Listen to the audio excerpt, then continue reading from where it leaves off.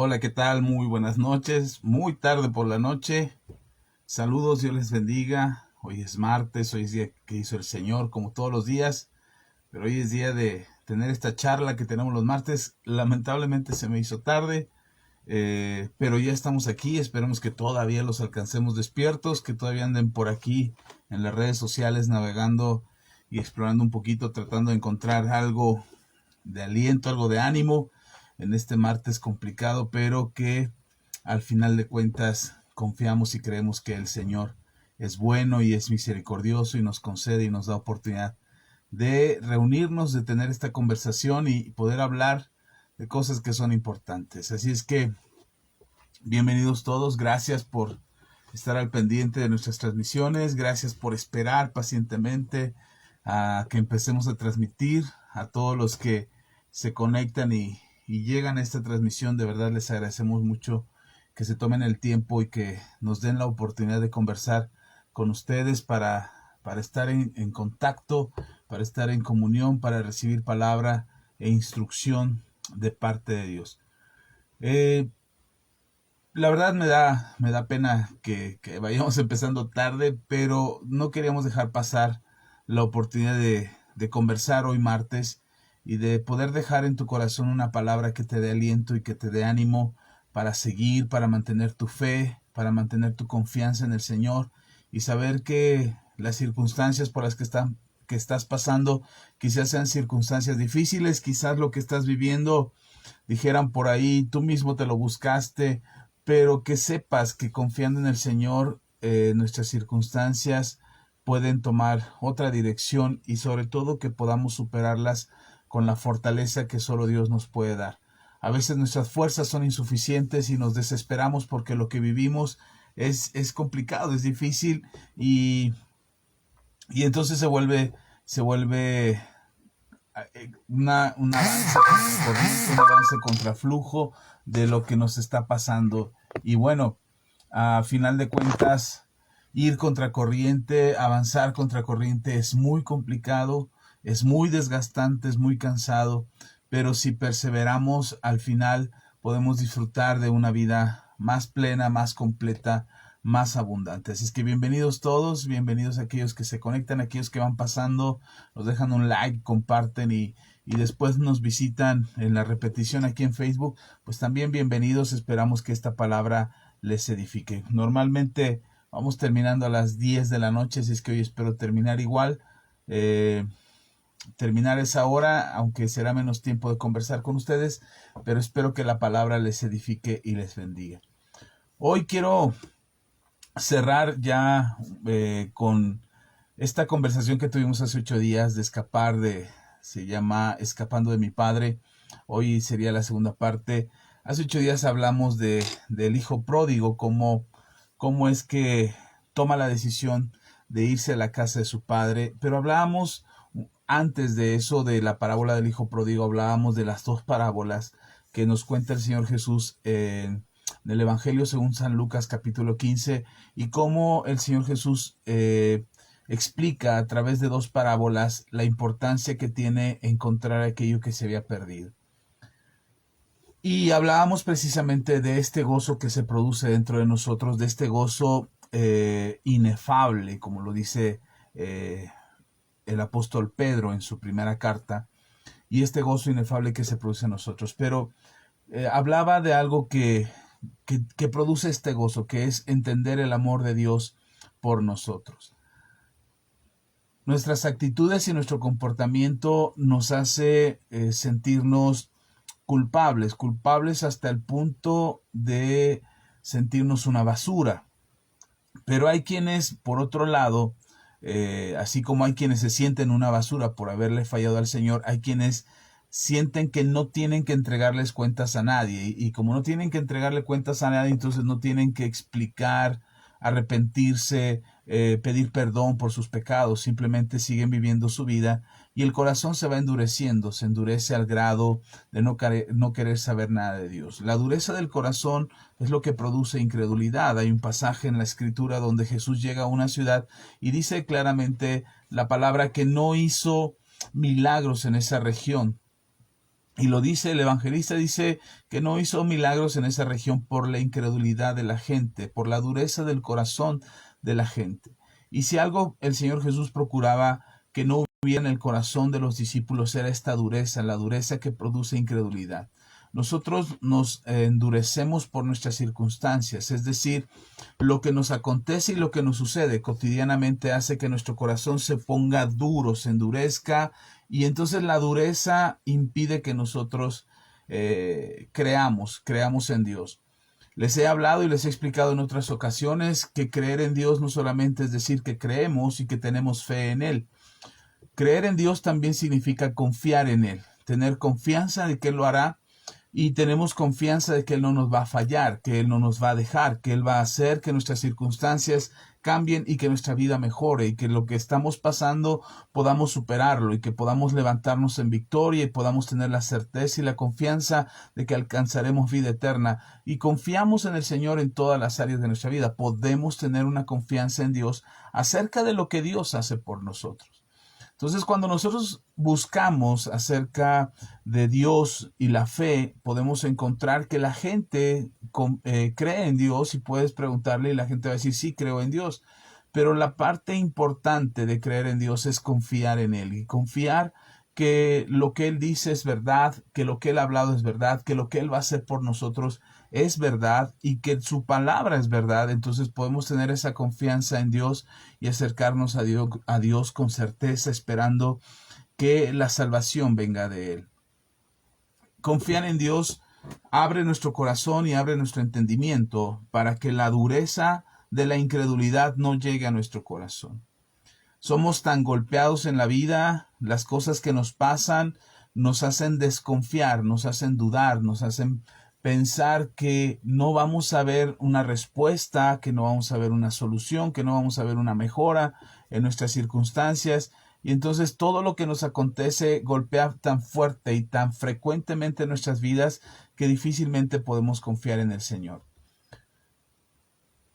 Precisamente la transformación de la que Dios nos habla es deshacernos de la dureza del corazón, teniendo las actitudes que nos permitan mejorar nuestra relación con las personas, pero sobre todo mejorar nuestra relación con Dios.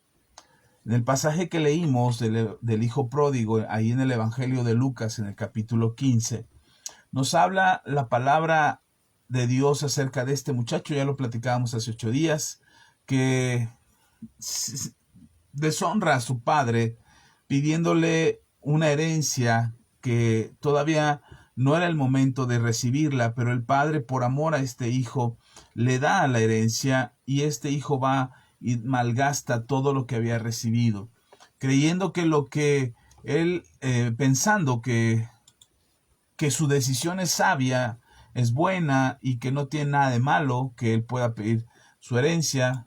Creo que de alguna manera podríamos pensar, pues tiene derecho a ella, pero hablábamos precisamente de la deshonra que produce este muchacho hacia su padre, porque era prácticamente decirle que estaría mejor muerto que vivo.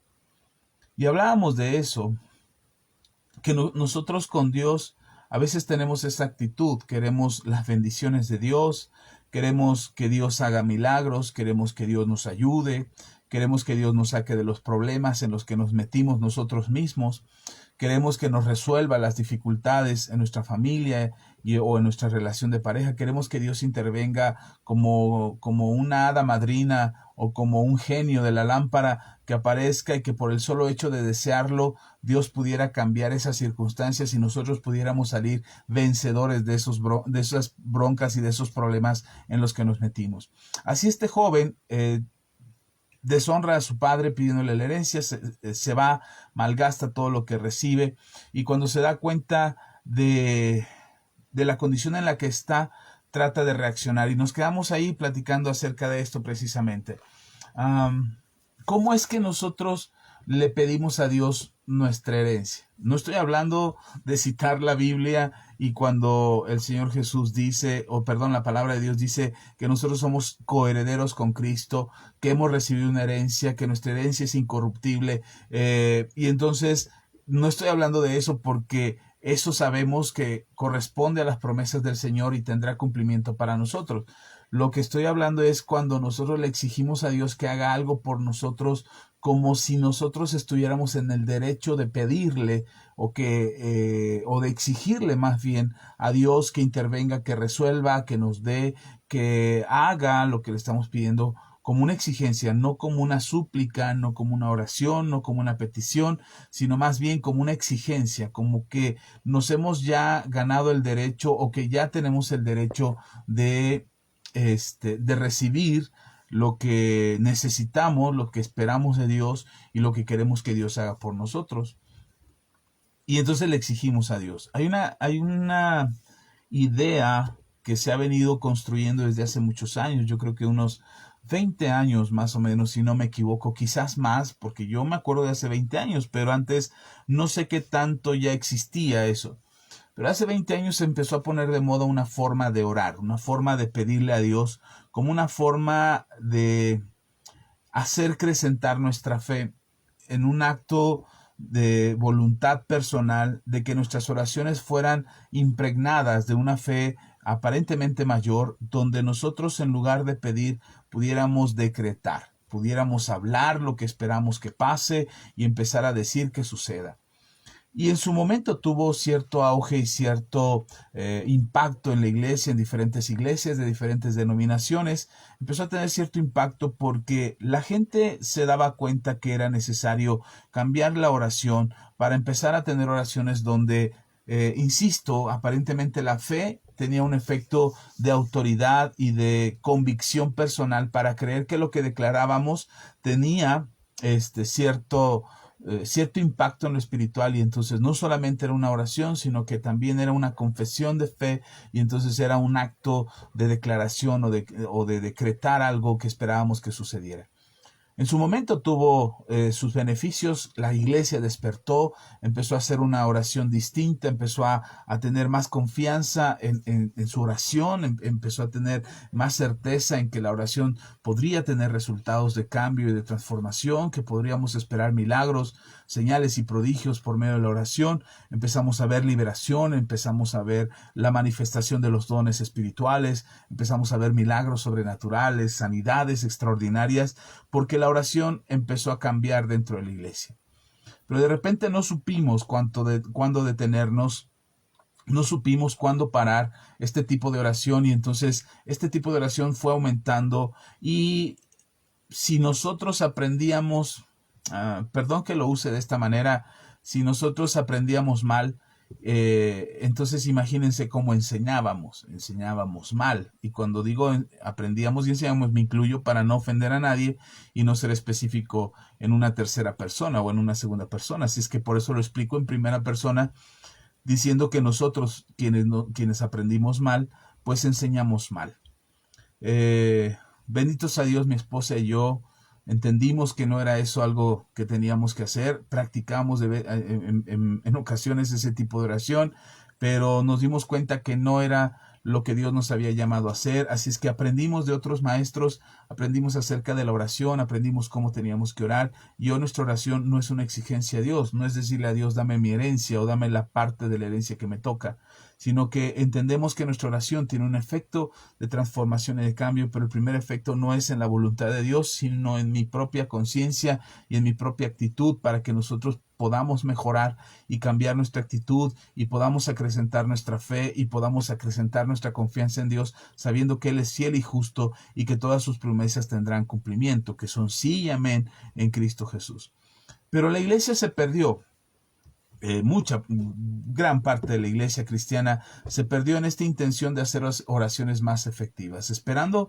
Creo que la intención más noble de la iglesia ha sido ver más milagros, ver más respuestas, ver resultados sobrenaturales, ver que la gente se salva. Creo que esa buena intención o esa noble intención del corazón de la iglesia, de la mayoría de los cristianos, hizo que siguiéramos avanzando sin darnos cuenta cuál era el límite de esas oraciones y de esos decretos y de esas declaraciones. Y lo que empezamos a hacer fue hacer declaraciones que se volvieron más bien exigencias a Dios.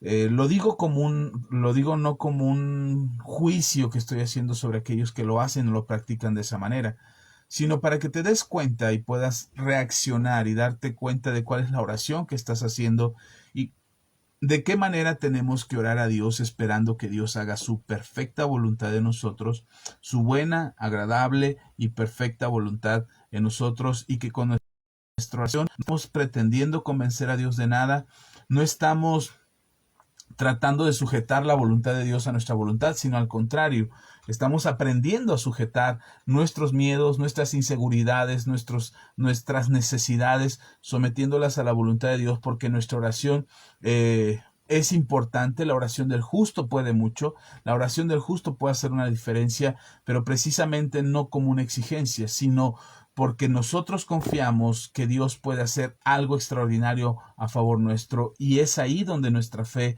entra en acción. Lo menciono porque el hijo pródigo del que hablábamos hace 8 días, este hijo que quería su herencia, se olvidó de algo importante: cuál era la voluntad de su padre. Y entonces me gustaría retomar esto un poquito solo para poder cerrar el tema que hablamos hace 8 días, donde en Lucas capítulo 15, hablando del hijo pródigo, versículos 13 al 19, dice: no muchos días después, juntándolo todo, el hijo menor se fue lejos a una provincia apartada, y ahí desperdició sus bienes viviendo perdidamente. Y cuando todo lo hubo malgastado, vino una gran hambre en aquella provincia y comenzó a faltarle. Y fue y se arrimó a uno de los ciudadanos de aquella tierra, el cual lo envió a su hacienda para que apacentase cerdos. Y deseaba llenar su vientre de las algarrobas que comían los cerdos, pero nadie le daba. Versículo 17. Y volviendo en sí, dijo: ¿cuántos jornaleros en la casa de mi padre tienen abundancia de pan, y yo aquí perezco de hambre?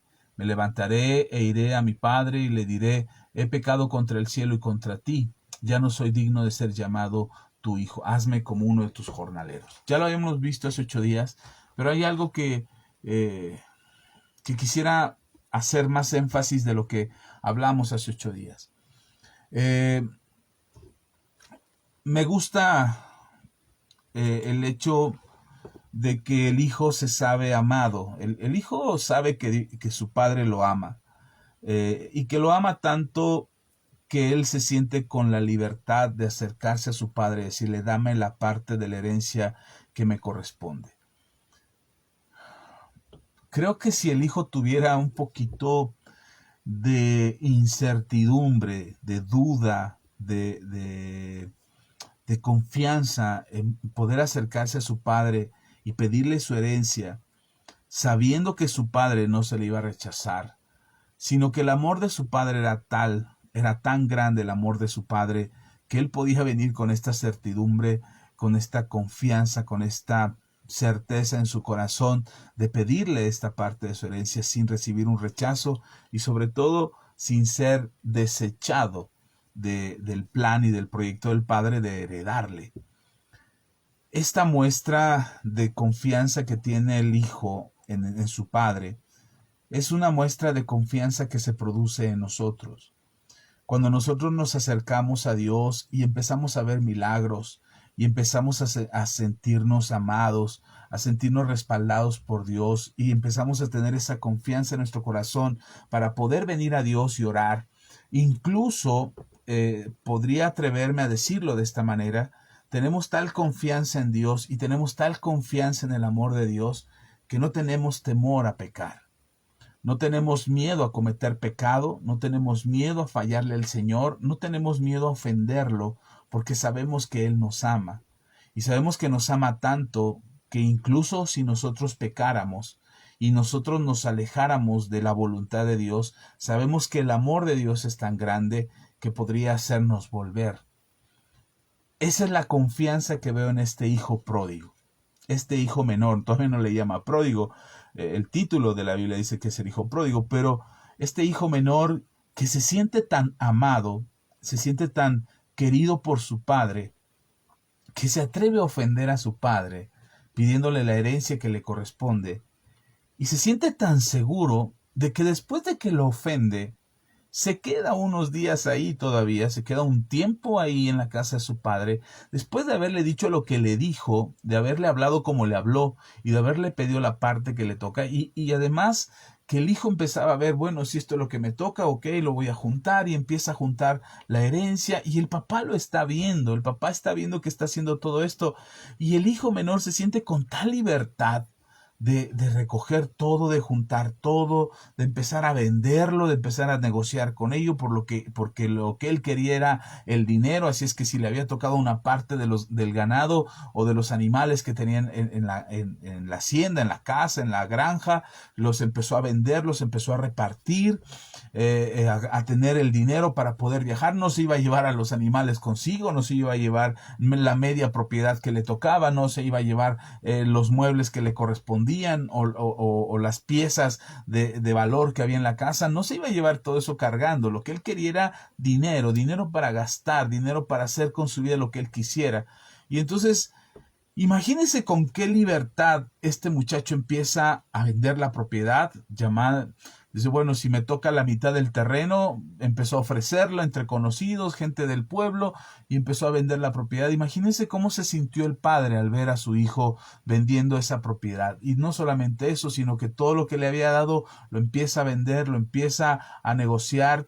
Quizás al padre le había costado, un ejemplo, 1,000 pesos y él lo vende en 500. O sea, el hijo tomando decisiones ahí delante de su padre, y el hijo se siente con tal libertad, se siente con tanta confianza de una cosa. Yo creo que ese muchacho, en esta parábola que el Señor Jesús nos cuenta, que es una gran lección para nosotros, yo creo que lo que está diciendo nuestro Señor Jesús es que este muchacho se sentía tan amado que no le importó ofender a su padre.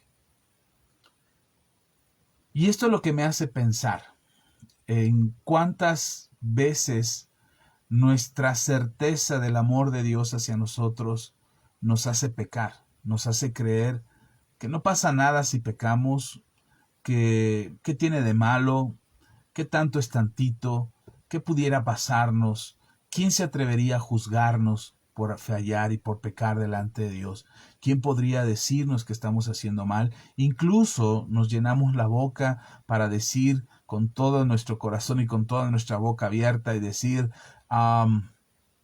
que todo mundo lo hace, si todo mundo peca, que no seamos hipócritas, todos somos pecadores. ¿Por qué señalamos los pecados de uno y no nos damos cuenta de nuestros propios pecados? Y entonces somos puestos en una balanza donde medimos la condición y la actitud del corazón como un comportamiento natural, no como algo de lo cual deberíamos arrepentirnos, sino como algo que está ahí. Ahora, este amor que este hijo pródigo, este hijo menor, sabe que el padre tiene por él, le hace sentirse con la libertad de seguir ofendiendo a su padre, aún después de haberlo ofendido pidiéndole la herencia que le correspondía antes de que el padre muriera.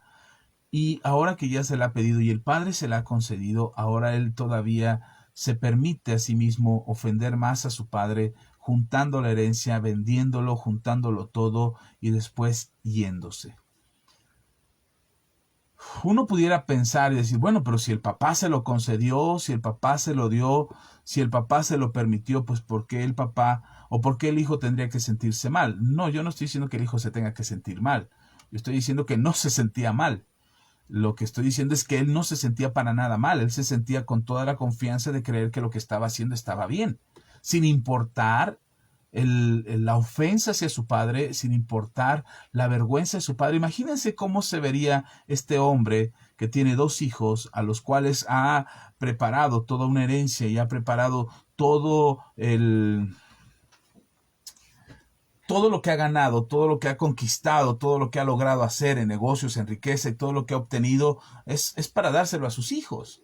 Y ahora que lo tiene ahí, que tiene a sus 2 hijos, uno de ellos pide la parte que le toca y todo el pueblo se entera de que ese hijo está vendiendo su herencia y que se va a ir. Y además no me imagino que este muchacho imprudente seguramente a todo mundo le decía, bueno, es que es mi herencia. Alguien que quería comprar el pedazo de tierra que le había dado el padre y que viniera y le dijera, Oye, pero este no es el terreno de tu papá, no es la propiedad de tu papá. Ah, sí, sí, pero ya me la dio, es mi herencia y yo puedo hacer con ello lo que se me dé la gana. Imagínense lo que pensarían toda aquella gente, toda la gente que conoció a este hombre, a este padre de familia, y que se había esforzado toda su vida, que había trabajado toda su vida por dejarles una buena herencia a sus hijos, y que ahora su hijo se deshiciera de ella. En algún momento conocí a un hombre que trabajó toda su vida por construir una casita ahí, no era un palacio, era una casa muy sencilla, pequeñita, un terreno pequeño, y toda su vida se la pasó construyendo, y cuando llegó el momento de hacer planes en el testamento, alguien le decía, pues véndelo, herédaselo a quien sea, o dáselo a quien sea, véndelo y gástate el dinero. Y este hombre me sorprendió lo que decía, porque este hombre decía, no, porque me costó toda mi vida trabajar por ello. Un hombre de más de 80 años, él decía, me costó toda mi vida trabajar por ello para dárselo a cualquiera, para que ese cualquiera lo venda, lo despilfarre, lo malgaste, se lo dé a cualquier otra persona y no valore el trabajo de toda mi vida, no valore todo el trabajo que me costó construir esto. Y no estoy hablando de un palacio, estoy hablando de una pequeña casa.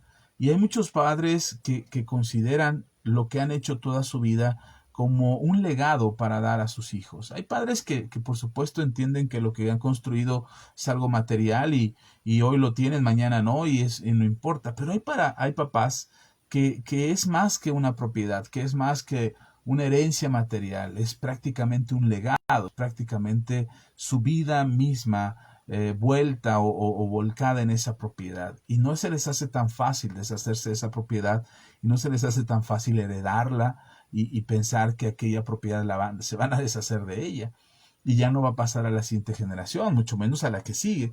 Entonces hay gente que piensa de esa manera. No me quiero imaginar a este padre de familia que no le importara que su hijo vendiera su propiedad. Yo creo que sí le importó, yo creo que sí le movió su interior por lo que nos está planteando nuestro Señor Jesús en esta parábola. Creo que esa es la lección que nos quiere hacer saber, que al padre sí le importó y que el hijo, aun cuando al padre le importaba, al hijo no le importó deshacerse de esa propiedad.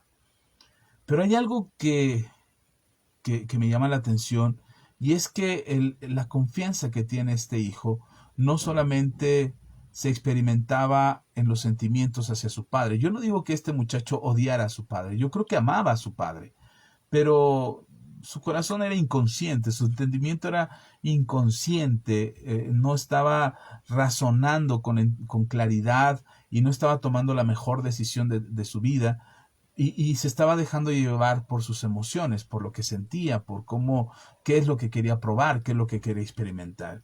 Y esos sentimientos y esos pensamientos le llevaron a tomar muy malas decisiones. Y luego nos encontramos con que ese mismo muchacho, ya habiéndolo perdido todo, estando en una condición muy grave, muy difícil, me gusta cómo lo dice el Señor Jesús en la parábola, eh, en el versículo 17, ya lo habíamos platicado hace 8 días, dice, y volviendo en sí, dijo, ¿cuántos jornaleros en casa de mi padre tienen abundancia de pan y yo aquí perezco de hambre? Yo creo que esta es la clave y eso es algo que les quería mencionar. Este hombre, este muchacho, tenía un amor arraigado más profundo que en sus sentimientos. Este muchacho había recibido un amor del padre, había recibido un amor incondicional, un amor incondicional de su padre, que había quedado más profundo que en sus sentimientos. No es que el muchacho sentía que su padre lo amaba, no es que el muchacho pensaba o se imaginaba cuánto amor podría tener su padre por él, sino que este muchacho había experimentado en carne propia el amor de su padre, la manera en cómo su padre lo ama, y él está consciente del amor de su padre, está consciente no solamente del amor de su padre, sino está consciente también de la generosidad de su padre, de la actitud bondadosa de su padre y de cómo su padre era una buena persona.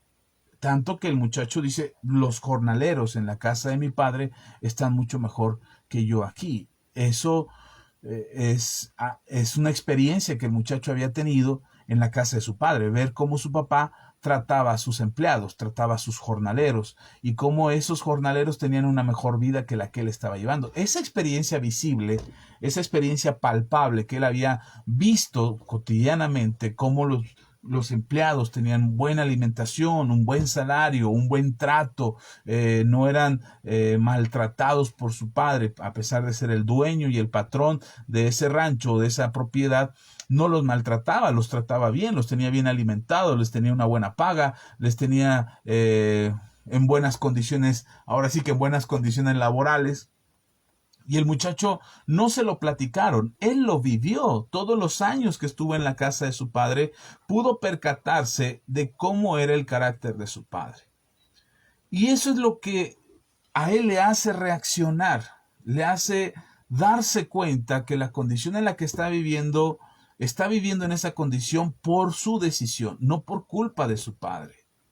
Su padre tiene en buenas condiciones a sus empleados. Su padre fue el que le permitió a él llevarse toda la herencia y malgastarla. Y eso es lo que le hace reaccionar. Y aquí es lo que yo quiero apelar en tu corazón, a que seas consciente del carácter y el amor de Dios. La mayoría de nuestros miedos y nuestras inseguridades y nuestras incertidumbres es porque no conocemos a Dios.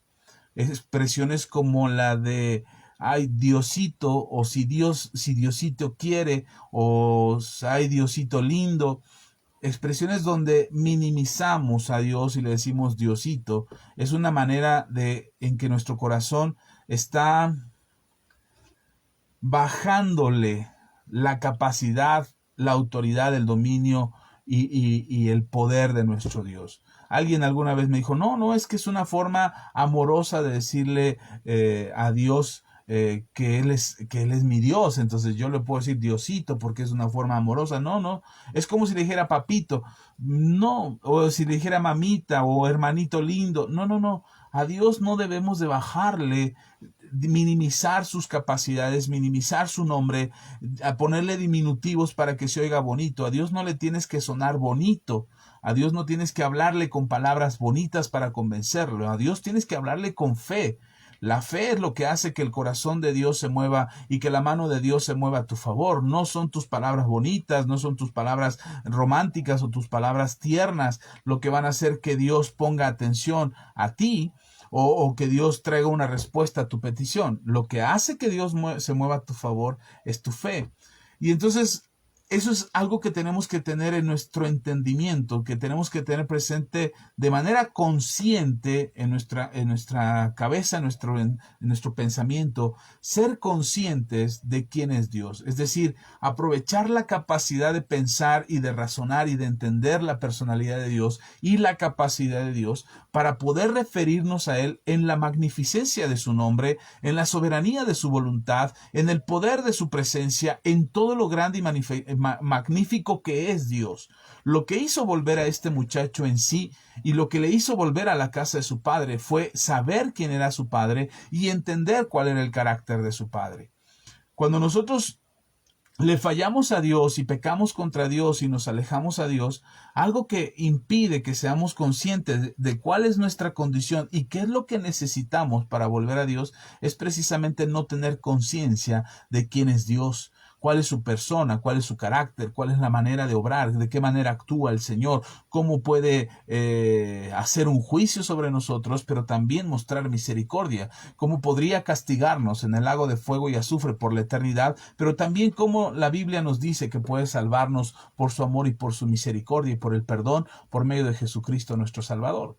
Tenemos que ser conscientes de todas las características de nuestro Dios, su poderío, su nombre, su presencia, su santidad, su justicia, su misericordia. Y cuando nosotros somos conscientes de quién es nuestro Dios, entonces nosotros de manera consciente sabemos que podemos volver a Él. Mucha gente no quiere volver a Dios, mucha gente se aparta de Dios y le cuesta mucho trabajo entregarle su vida al Señor de nuevo, otra vez, porque no lo conocen, porque no saben que Dios es misericordioso, que no saben que Dios es justo. Y entonces también mucha gente peca delante de Dios deliberadamente, de manera consciente y voluntaria, porque nadie es obligado a pecar, más que nuestra propia voluntad nos lleva a hacerlo, y lo hacen deliberadamente, como dice la carta a los Hebreos, pisoteando la sangre de Cristo, teniéndola por inmunda, menospreciando el sacrificio de Jesús, y lo hacen porque no saben o no entienden o no han conocido que nuestro Dios, así como es misericordioso para perdonarlos, también es justo, es un juez justo que emitirá un juicio y una justicia para nuestras vidas. Entonces, el no saber quién es Dios, el no estar consciente de la personalidad de Dios, del carácter de Dios, de las cualidades, de las virtudes de Dios y de su persona, de quién es el Señor en nuestras vidas, cuando no lo conocemos, pues no tenemos la capacidad de volver a Él. A mí me gusta que este muchacho de la parábola, el hijo pródigo, me gusta que se hizo consciente y reaccionó recordando las cualidades y las características de su padre y dejó de escapar de su padre. El amor de Dios nos salva,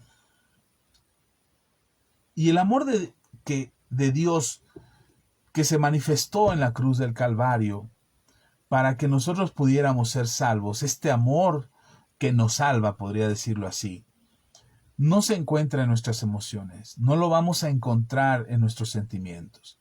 Radica en nuestro espíritu, es ahí donde está arraigado y es ahí donde nos vamos a encontrar con Él para poder comprender cuánto Dios nos ama y entonces percatarnos de este amor de manera consciente.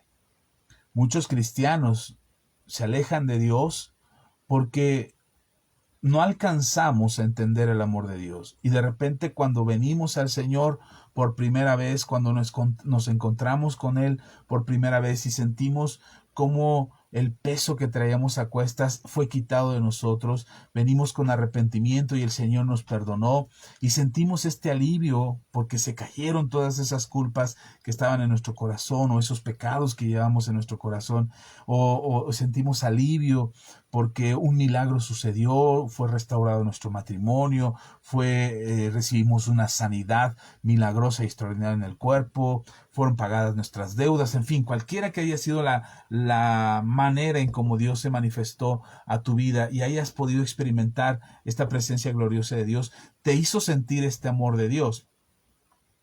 Y entonces sentiste cómo Dios te amaba, sentiste cómo Dios te transformaba, te llenaba, te sentías pleno, sentías que podías conquistar al mundo, tenías el ánimo de testificar a otros. Ese primer amor, ese amor que llenó tu vida por primera vez, se va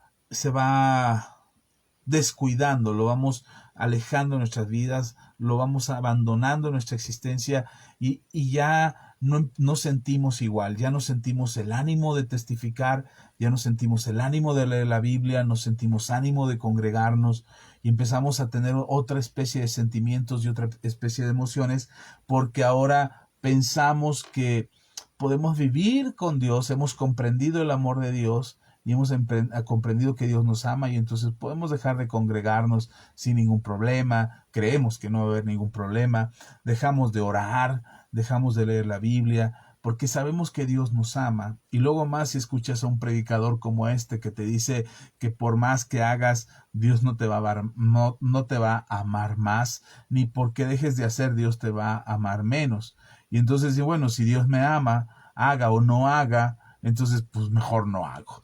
Y tomamos decisiones así, decisiones que nos hacen creer o nos hacen pensar que podemos vivir de esa manera delante de Dios y creemos que podemos sostenernos de pie lejos del amor de Dios. Y entonces, como no sentimos el amor de Dios, llega el momento en que la ausencia de ese sentimiento nos hace creer que ya no somos amados. Llegará el momento en que sentiremos que ya no somos amados. Porque vendrán pensamientos, vendrán dudas, incertidumbres, y de lo que nos jactábamos en un principio, creyendo que estábamos seguros en el amor de Dios, ahora seremos un montón de incertidumbres, un montón de dudas y de incredulidad en nuestro corazón, por un corazón endurecido, por un corazón que se ha endurecido por la incredulidad y que ahora difícilmente podremos acercarnos a Dios porque ya no lo sentimos, porque ya no sentimos que nos haga falta, ya no sentimos que lo necesitamos, ya no sentimos su presencia, ya no sentimos que sea necesario en nuestras vidas. Porque en un principio tratamos de sostener esta relación con Dios sustentada en un sentimiento. Lo que te quiero dejar esta noche en tu corazón es que nuestra relación con Dios no se sustenta en lo que sentimos. Nuestra relación con Dios se sustenta en lo que creemos, en nuestra fe, en nuestra confianza en el Señor. Y si hoy no sientes ganas de orar, no deberías de estar pensando que te estás enfriando en tu corazón o que se está enfriando tu corazón.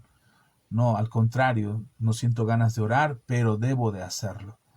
No siento ganas de leer la Biblia, pero debo de hacerlo. No siento ganas de congregarme, pero debo de hacerlo. Porque eso es lo que yo necesito acercarme a Dios. Y a veces pensamos, alguna vez escuché a un hermano que él evangelizaba algo, más o menos algo así. Él compartía del evangelio más o menos así, no, sus palabras exactas no las recuerdo, pero él compartía de su fe diciéndole a la gente, mira, eh, no, no te des una oportunidad de buscar a Cristo. Dale una oportunidad al Señor para que Él se acerque a ti. Dale una oportunidad a Dios para que Él venga a tu vida. Permítele a Dios que se entre para que Él tome el control de tus circunstancias y te ayude. Se oye muy bonito, la verdad.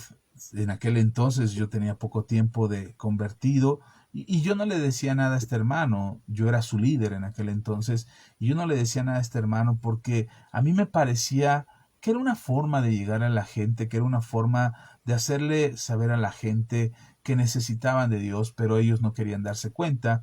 Y entonces con el hecho de que le dieran chance a Dios de entrar a sus vidas, entonces Dios entraría con fuerza y poder y les haría darse cuenta de que sí lo necesitaban. Era mi forma de entenderlo. Le estoy hablando de hace más de quizás 20 años, no sé, quizás menos, no lo sé, pero y en aquel entonces yo creía que estaba bien, que no había problema porque alguien compartiera el evangelio así. Hoy me doy cuenta que no es correcto que le demos una oportunidad a Dios. No se trata de darle una oportunidad a Dios, en realidad no se trata de oportunidades, se trata de encontrarnos con Dios, de reconocer que lo necesitamos. No es Él el que nos necesita, somos nosotros los que lo necesitamos. Y muchas veces esta confusión en nuestra cabeza de querer sentir el Evangelio para poder creer es lo que nos ha debilitado y nos ha hecho batallar en muchas decisiones y en muchas circunstancias donde creemos que no vamos a salir, donde la situación en nuestro corazón se vuelve tan compleja y nuestras emociones y nuestras circunstancias se vuelven tan difíciles de superar que incluso nuestra propia boca empieza a confesar y a decir cosas que van en contra de los mismos principios espirituales por los cuales el Señor nos quiere llevar a tener una vida plena. Y como no podemos controlar eso, y no podemos controlar nuestros sentimientos, y no podemos controlar nuestras emociones, entonces caemos en oraciones como las que les decía al principio. Oraciones donde prácticamente le ordenamos a Dios que haga lo que nosotros estamos declarando. Nosotros creemos que abrimos la boca y entonces el cielo y la eternidad se mueven para que se cumpla lo que nosotros oramos. Yo entiendo que hay oraciones en la palabra de Dios que son realmente un ejemplo de fe y de convicción en el corazón donde hablaban los profetas. Un ejemplo, Elías el profeta que dice, por mi boca no lloverá. Y es impresionante, uno puede decir, wow, uno como profeta puede decir eso, uno como hijo de Dios puede hacer una oración de ese tipo y empezamos a hacer oraciones raras, extrañas, ordenándole a Dios que haga o no haga ciertas cosas. Debemos entender que Elías hizo una oración de esa magnitud y hizo una oración con esa certeza en su corazón para decir, si yo hablo, va a dejar de llover. Y cuando yo vuelva a hablar, va a llover otra vez. Y se cumplió tal cual. Cuando él oró para que no lloviera, no llovió. De hecho, es citado en la Escritura como un hombre sujeto a pasiones como las nuestras, que cuando oró y pidió algo, eso fue lo que sucedió. Pero entendamos que Elías, así como también en el Nuevo Testamento encontramos a Jesús o a Pedro o a Pablo haciendo oraciones impresionantes de milagros, de señales, de prodigios, de cosas extraordinarias, todos los que están escritos en la palabra de Dios, había un propósito en el cual o por el cual eso estaba sucediendo, o esa oración estaba saliendo de sus bocas. Tan es así que el mismo Señor Jesús en el huerto del Getsemaní se atreve a decirle al Padre, Padre, si pudiera pasar de mí esta copa, pero al mismo tiempo Él nos da el ejemplo de cómo debe de ser una oración. Pero no se haga mi voluntad, sino la tuya. Tú puedes orar, puedes volver a tu Padre celestial y hacer una oración y una confesión de fe y esperar que esa confesión de fe suceda y se cumpla y acontezca tal cual hayas orado. Pero siempre, siempre debes de considerar que tu Padre eterno, que tu Padre celestial te ama y que la voluntad de Dios, su voluntad, la voluntad de tu Padre, es mucho mejor que tu voluntad. Y por eso dice la Escritura también, hay de aquellos que dicen, mañana iremos y comerciaremos y venderemos, el mismo Señor Jesús. No, perdón, en Santiago, quien dice, hay de aquellos que dicen, mañana iremos y comerciaremos y venderemos y esto. Sería mejor que dijeran, si Dios quiere, o primero Dios, haremos esto y aquello y estaremos y negociaremos.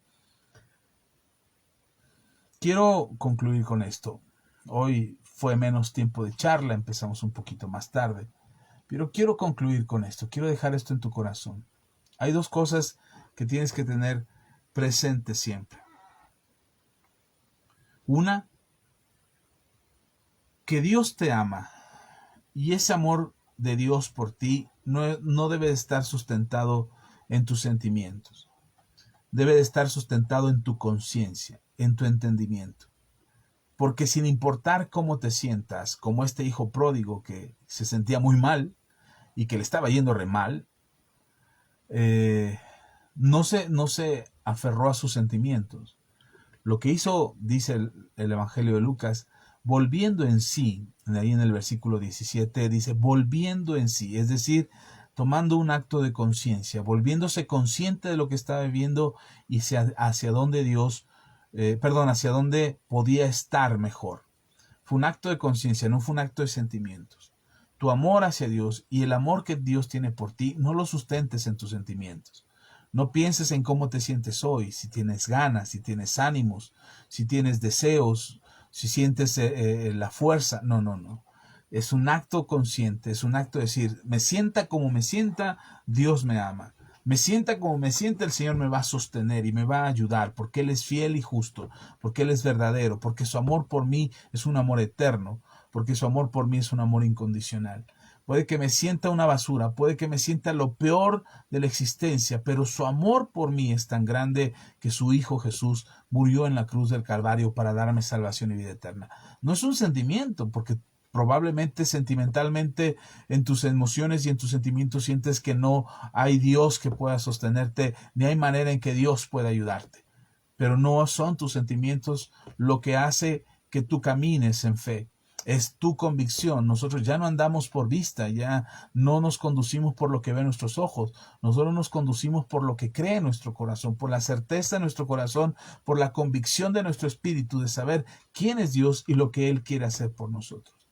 Y la segunda cosa que te invito a reflexionar es que la oración que hagamos, la hagamos con la humildad que le hizo este hijo pródigo cuando volvió a la casa de su padre y se acercó a él. No regresó pidiéndole al padre y diciéndole, pues sí, ya me fui, ya la regué. O sea, sí, me equivoqué, tomé una mala decisión, como muchos cristianos solemos hacer cuando las cosas no nos han salido bien y venimos a Dios y le decimos a Dios, sí, me equivoqué y ya. Tú lo sabes, Señor, tú sabes que me equivoqué y ni modo, pero te pido que me ayudes, como exigiéndole a Dios, como diciéndole a Dios que Dios tiene la obligación de perdonarnos. Dios no tiene la obligación de perdonarte. Suplicamos por su perdón, suplicamos por su ayuda, suplicamos por su auxilio, Suplicamos para que Él nos bendiga, suplicamos para que su gracia, su amor y su misericordia nos ayuden y nos sostengan y nos permitan levantarnos de nuestra situación tan deplorable y terrible en la que nos fuimos a meter nosotros mismos. Suplicamos porque Él nos ayude y podemos tener la certeza de que Él nos va a ayudar, pero no porque se lo exigimos o porque Él esté obligado a hacerlo o porque Jesús ya murió y entonces el Padre tiene la obligación. No, hermano, de verdad que no. Con toda humildad deberíamos de volver a la casa de nuestro Padre. Dice Lucas capítulo 15 versículos 20 al 24. Y levantándose, vino a su padre, y cuando aún estaba lejos, lo vio su padre, y fue movido a misericordia, y corrió y se echó sobre su cuello y le besó. Y el hijo le dijo, mire la oración del hijo, la forma en cómo el hijo se acerca a su padre. Padre, he pecado contra el cielo y contra ti, y ya no soy digno de ser llamado tu hijo. Pero el padre dijo a sus siervos, sacad el mejor vestido y vestidle, y poned un anillo en su mano y calzado en sus pies, y traed el becerro gordo y matadlo, y comamos y hagamos fiesta, porque mi hijo muerto era y ha revivido, se había perdido y es hallado, y comenzaron a regocijarse. ¿Acaso fue porque el hijo volvió que el padre solamente decidió restaurarlo y ya? No, creo que el secreto está en la actitud del hijo. El secreto está en que el hijo reconoció que le había fallado a su padre. Y de esa manera el hijo le dice al padre, he fallado, ya no soy digno de ser llamado tu hijo. Y entonces cuando el muchacho apenas está expresando que él ya no es digno de ser llamado hijo de su padre, el papá le dice, tranquilo, sé que te equivocaste. Pero me gusta que usa el Señor Jesús en la parábola, cuando cuenta la parábola, dice, y el Padre fue movido a misericordia. ¿Se acuerdan qué es la misericordia? Le hemos hablado antes. La misericordia es el amor inagotable de Dios. Lo que movió al Padre al ver a su Hijo fue su amor inagotable, su amor incondicional. El Hijo vuelve porque sabe que su Padre es misericordioso.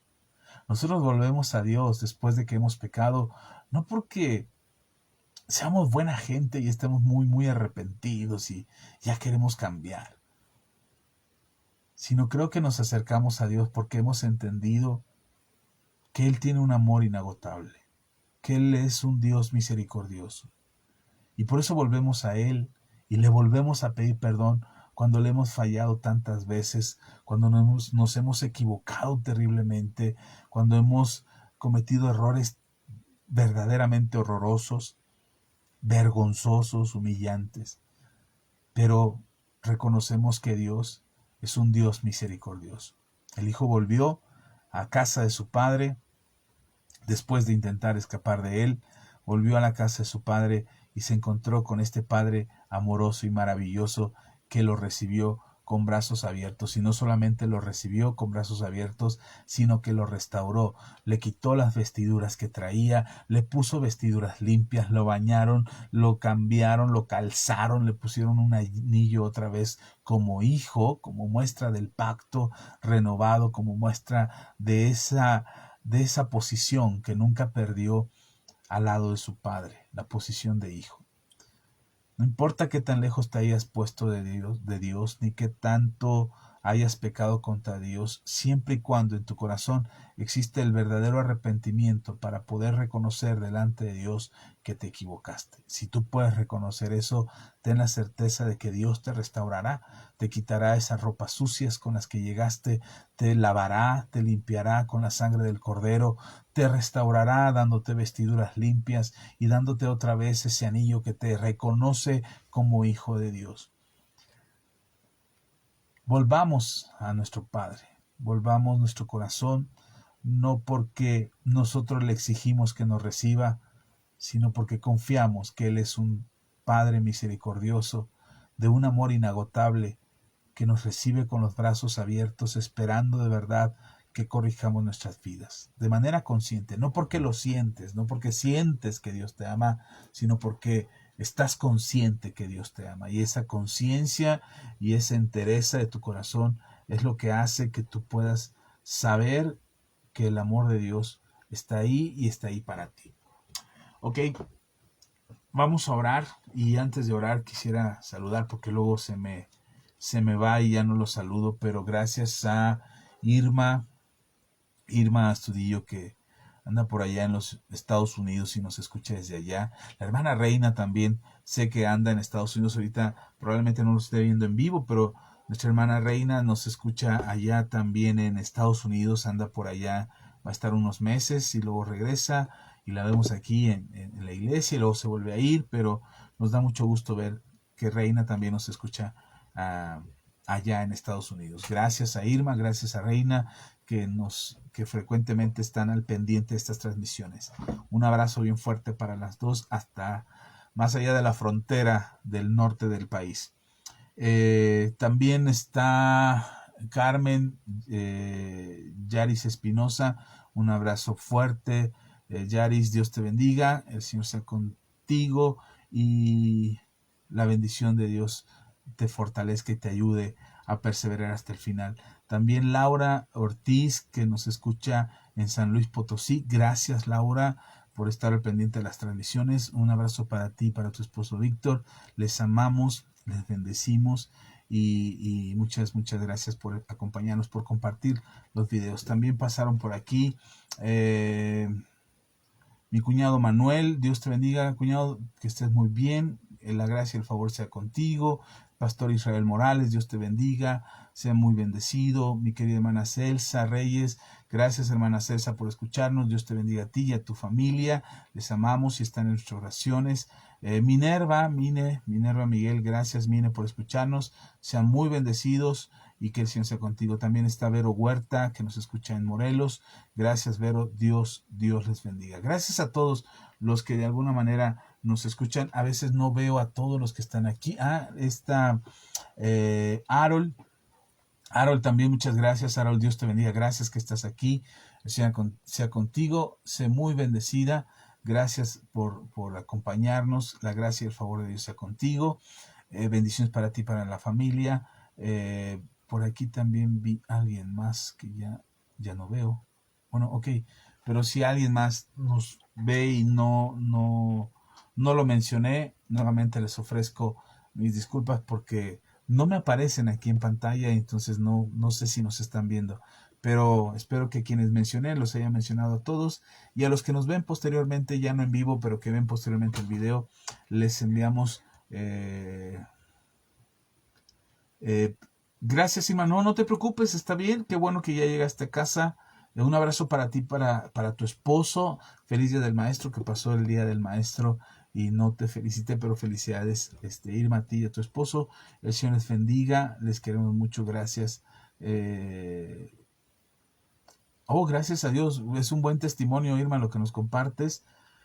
Sigamos confiando en el Señor. Lo único que podemos asegurar es que su mano de poder es la que nos sostiene y nos respalda, y su obra es perfecta. Él no parará hasta que su obra sea completa en ti, en tu vida, para que puedas dar testimonio de las maravillas que Él hace sobre ti.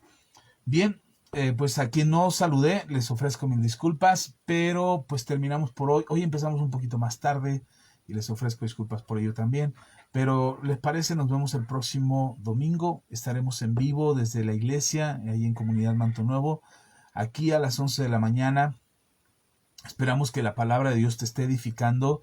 Déjanos tus testimonios, déjanos tus peticiones de oración, deja tus comentarios aquí abajo en la caja de comentarios. Si tienes alguna sugerencia de algún tema, yo tengo una lista de temas para compartir con ustedes, a los que les voy dando seguimiento, pero si hay algo que inquieta tu corazón, a lo mejor no hablamos del tema completo, pero sí aclarar las dudas que pudiera haber en tu corazón, y esperamos poder ayudarte a aclarar esos cuestionamientos que de repente surgen cuando leemos la Biblia. Seguimos enviando los devocionales a través de WhatsApp para quienes los siguen recibiendo. Gracias por leerlos. En el momento en que quieran dejar de recibirlos, solamente háganmelo saber. Si tú no los estás recibiendo por WhatsApp, porque no tengo tu número para enviártelo, pero no estás recibiendo los devocionales, te recomiendo que entres a nuestros canales de Gracias, Harold. Dios te bendiga también a ti, Laura.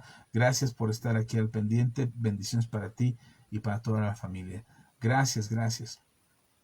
Ok, entonces si no estás recibiendo los devocionales por WhatsApp, puedes entrar a nuestro canal de YouTube que se llama Original Manto Nuevo. Está en YouTube y entras tú ahí, Original Manto Nuevo, todo con mayúsculas, y ahí están todos los devocionales que llevamos hasta ahora. Hoy es el 28, me parece. Hoy estaremos compartiendo el devocional 28. También están en Spotify, los puedes encontrar en Spotify.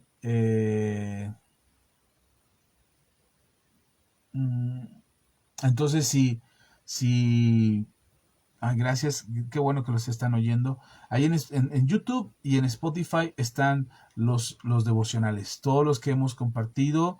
Si acaso me atraso por 1 o 2 días, pero ahí están en YouTube, están en Spotify, los puedes escuchar, son gratuitos, son devocionales que creo que te van a ayudar, son la lectura de un texto, de un capítulo de la Biblia, y reflexionamos al respecto de lo que está ahí, algunas cosas que son importantes, algo que vale la pena tener presente, y hacemos una oración respecto a esa reflexión que tuvimos en el estudio de la palabra. Así es que escuchen los devocionales, de verdad son de mucha bendición. Yo espero que los puedan escuchar, pueden compartirlos con libertad.